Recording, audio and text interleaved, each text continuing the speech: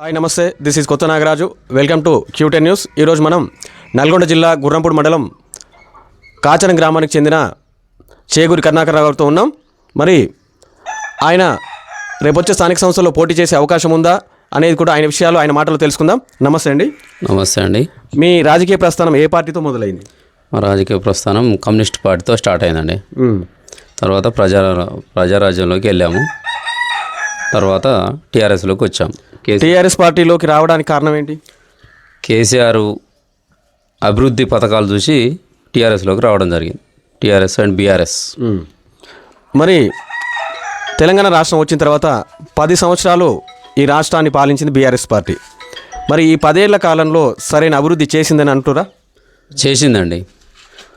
Telangana government రాకముందు వచ్చిన తర్వాత చాలా అభివృద్ధి జరిగింది. 100% జరిగింది. ఏ రంగాల్లో ఎలాంటి అభివృద్ధి జరిగింది? తెలంగాణ రాకముందు కరెంటు లేకుండే, తెలంగాణ ఏర్పడ్డాక 24 గంటల కరెంటు కానీ, ఇంటింటికి నల్ల కానీ, రైతు బంధు కానీ, రైతు బీమా కానీ, అనేకమైన ప్రాజెక్టులు కానీ, సిటీలు డెవలప్ కానీ, పల్లె ప్రకృతి వనాలు కానీ, శ్మశాన వాటికలు కానీ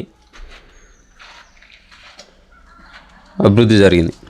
ఈ రకంగా అభివృద్ధి చేసిరు అంటారు. ఓకే. మరి ఇప్పుడు మనం ఈ 17 నెలల్లో కాంగ్రెస్ పార్టీ అధికారంలోకి వచ్చి 17 నెలలు అయింది. ఈ 17 నెలల కాలానికి గత బీఆర్ఎస్ పాలనకి ఎలాంటి వ్యత్యాసం ఉంది? కాంగ్రెస్ పార్టీ అలనిగాని హామీలు ఇచ్చి అధికారంలోకి వచ్చింది. కేసీఆర్ గారు స్థాపించిన రైతు బంధు కానీ, 2 లక్షల రుణమాఫీ కానీ చేయలేదు. టీఆర్ఎస్ ప్రభుత్వానికి కాంగ్రెస్ ప్రభుత్వానికి తేడా చాలా ఉందండి.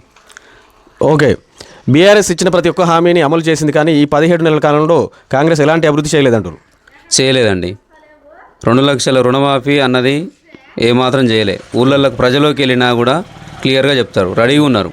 రైతు బంధు కానీ వేయలేదు. ఒక 2-3 ఎకరాల కేసు చదువుకుంది. కరెంటు కూడా సరిగా వస్తలేదు. ఎలాంటి నిధులు లేవు. సంవత్సరంన్నర అయింది సర్పంచ్ ఎలక్షన్లు అయిపోయి ఇంతవరకు పెట్టలే. గ్రామాల అభివృద్ధిలో వెనకబడ్డాయి చాలా.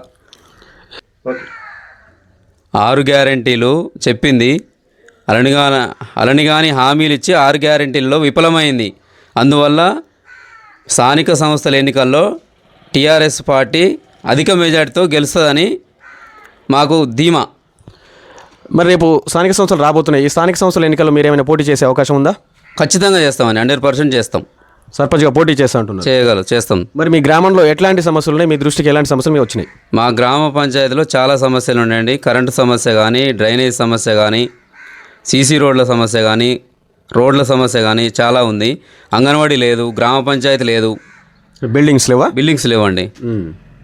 బిల్డింగ్స్ లేవు. ఇలాంటి నిధులు మాత్రం కంపల్సరీ తెప్పించి అభివృద్ధి చేయగలుగుతాం. ఓకే.